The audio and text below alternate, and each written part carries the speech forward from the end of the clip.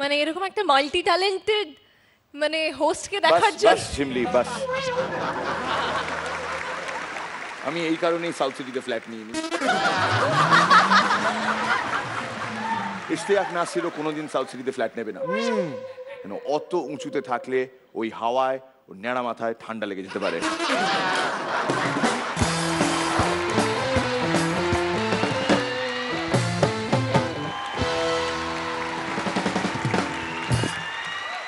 এক অদ্ভুত সত্য। क्या बात। আপনার দরজার কলিং বেল অথবা মোবাইল ফোন তখনই সবচেয়ে বেশি বাজবে যখন আপনার বাড়িতে কেউ থাকবে না আর আপনি থাকবেন বাথরুমে। এমন একটা প্রশ্ন আছে যার উত্তরে 99% মেয়েরা রং ইনফরমেশন দেয়। আমি অনেক মেয়েকে জিজ্ঞেস করেছি, শ্রীলেখা দিয়ে এবার তোমার টার্ন, তোমার মোবাইল নাম্বারটা যেন কত? পরে দেব। Thank you. কিছুদিন আগে চিকু গেছিল তার এক এক্স গার্লফ্রেন্ডের বিয়েতে, তো ফিরে এসে আমাকে বলো, জানিস ইশতিয়াক একটা জিনিস বুঝতে পারলাম, পেটে ভালো খাওয়া দাওয়া পড়লে না ওইসব প্রেম টেমের কথা একদম মনে থাকে না। বন্ধু আর ভালো বন্ধুর মধ্যে ফারাক কোথায়? কোথায়? বন্ধুরা বলে ভাই একটু আস্তে গাড়ি চালা, একটু সাবধানে চালা, আর ভালো বন্ধুরা বলে শালা একটু জোরে গাড়ি চালা না, সামনে ট্যাক্সিতে খুব ভালো একটা জিনিস আছে মনে হচ্ছে। মেলোডি আর সুগতদার বিয়ে হয়েছে কিছুদিন আগে। মেলোডি ঘরে বসে সুগতদার জন্য ওয়েট করছে, আর ওদিকে সুগতদা বেলকনিতে প্রায় 2 ঘন্টা ধরে দাঁড়িয়ে আছে। শেষমেশ বিরক্ত হয়ে মেলোডি বলেই বসলো, কি গো এতক্ষণ ধরে বেলকনিতে কি করছো? তাদের ঘরে এসো, তোমার ঠান্ডা লেগে যেতে পারে। না গো আজকে আসবো না, আমার বাবা আমাকে সারা জীবন বলেছে তোমার এই আজকে রাতটা হবে জীবনের শ্রেষ্ঠ রাত, এটা আমি মিস করতে চাই না। এক ছেলের খুব মোটরসাইকেল কেনার শখ, কিন্তু নতুন মোটরসাইকেল কেনার মতো তার টাকা নেই। তো ঘুরতে ঘুরতে একদিন একটা সাইনবোর্ড দেখলো পুরনো একটা মোটরসাইকেল বিক্রি হবে। যে দেখে যে মোটরসাইকেল অবস্থা বেশ ভালো, ঝকঝকে তকতকে, দামটাও হাতে না গেলে, সে মোটরসাইকেল কিনে ফেললো।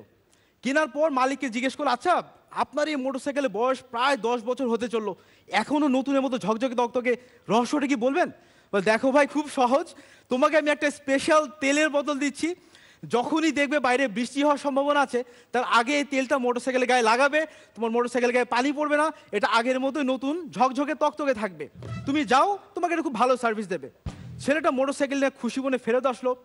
নতুন গাড়ি, সারাদিন তার গার্লফ্রেন্ডকে পেছনে বসিয়ে এখানে ঘুরলো সেখানে ঘুরলো।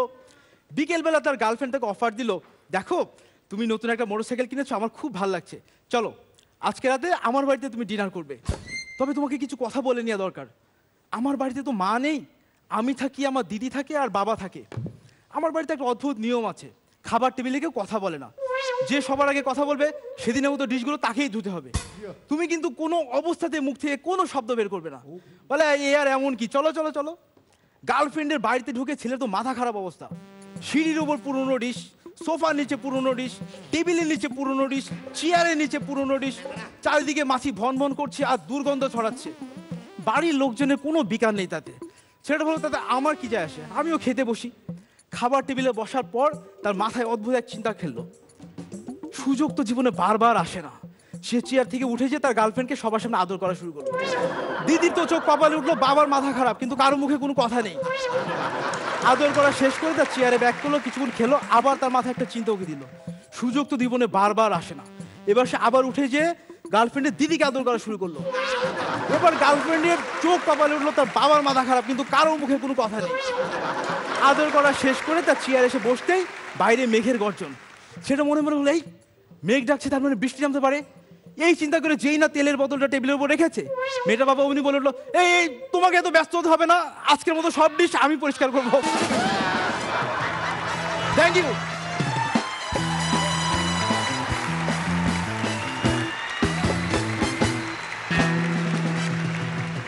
রনিদাকে দিয়ে শুরু করবো।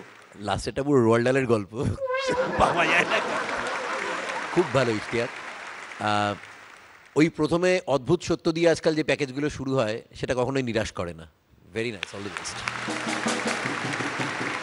পরান্দা বেশ কিছুদিন বাদে একটা অসাধারণ শুনলাম বিউটিফুল, ক্লাস।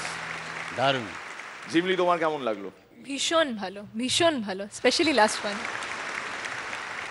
শ্রেয়া? আমি একটা কথা বলতে চাই, ও আর অপূর্ব এরা দুজন আমার সিরিয়াসলি খুব ফেভারিট। হ্যাঁ, আর আমার একটা এপিসোড মনে আছে, আমি দেখেছিলাম শ্রীলেখাদি ওকে কিস করেছিল। হ্যাঁ, তারপর ওকে কিস করার পর ও খুব লাজুক লাজুক হয়ে গেছিল। হ্যাঁ। এবার তুমি একটা একটা জোক বলেছিলে, আমি চাইবো ওটা আমি একবার বলার চেষ্টা করি তোমাকে। মানে তুই একটা জোক বলেছিস না, সেটাও তুমি একটা জোক বলেছো মীর। ইয়েস, আমি একটা জোক। ইয়েস, এবার আমি বলি, আমার মনে আছে ওটা, আমি বলি। বলতে চাইছে বলো। Can I? শিওর। আমি তোমার স্টাইলে বলার চেষ্টা করছি। হ্যাঁ, প্লিজ যদি খারাপ হয় আমাকে বলবে। এই অবস্থায় ও কি করে যাবে বাড়ি? এই অবস্থায় ও কি করে যাবে বাড়ি? যেখানে শ্রীলেখা চুমু খেয়েছে সেখানে কোনোদিনও উঠবে না দাড়ি।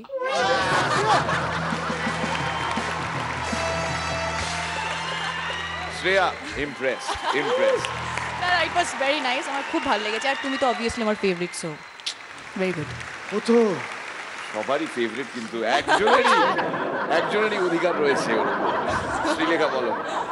মানে আমি ভাবছি এরপরে কি বলবো, কিরম লজ্জায় বেগুনি হয়ে যাচ্ছে। বেগুনি ড্রেস তো এমনিতেই পড়েছে। হ্যাঁ, এবং সেটা আমরা দুজনেই পড়েছি, for the matter of fact. দুজনে না, তিনজনেই পড়েছি। ঠিক বুঝে উঠতে পারছি না আমি কি করবো, টু মাস। আচ্ছা, আমার ইশতিয়াককে জিজ্ঞেস করার, ইশতিয়াক তুমি বাইক চালাতে পারো? এটা কোনোদিন স্বপ্ন দেখো না এটা, যে বাইকে বসে শ্রীলেখার সঙ্গে তুমি যাচ্ছ, মানে শ্রীলেখার চুল উঠছে আর তোমার নয়? বাইকের চেয়ে গাড়িটা বেশি ভালো। চার চাকা, চার চাকা, চার চাকা। স্বপ্ন দেখতে গেলে খামোকা বাইক নিয়ে বা গাড়ি নিয়ে দেখতে যাবে কেন? বালাই স্যার। ও বাবা, And here is where we need to think beyond the automobile. He loves to ride, she loves to ride. We'll just end the joke there.